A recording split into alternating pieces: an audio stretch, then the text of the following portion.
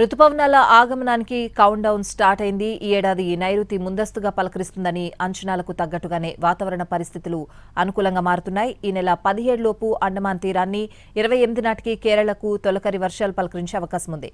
ఉపఖండంలో ప్రధాన భూభాగంపైకి వచ్చిన తర్వాత రుతుపవనాలు విస్తరించే సమయం ఆధారంగా వీటి ప్రభావం లెక్కించడం సాధ్యమవుతుంది.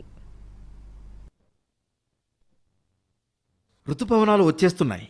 ఈ మాట వింటేనే అన్ని వర్గాల్లో, ముఖ్యంగా వ్యవసాయ రంగానికి ఎక్కడ లేని ఉత్సాహం వస్తుంది. కుమ్మేసే వర్షాలకు ఇదో సూచికగా భావిస్తూ ఉంటారు.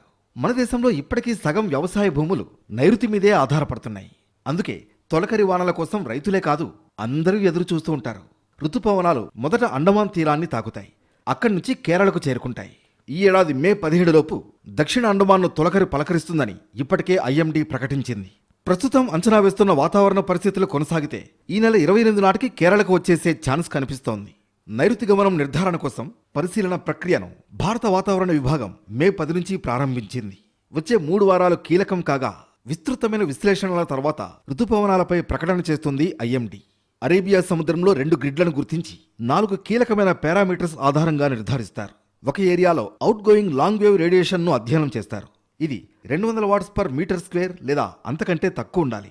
ఇక 14 స్టేషన్లలో 60% వాటిలో వర్షపాతం నమోదు కావాలి. దీంతో పాటు నైరుతి గాలుల ప్రభావం, వాటి వేగం, ఎంత ఎత్తు వరకు విస్తరించాయి వంటి ప్రామాణికాల ఆధారంగా కేరళను తాకే తేదీలను ఐఎండీ ప్రకటిస్తుంది.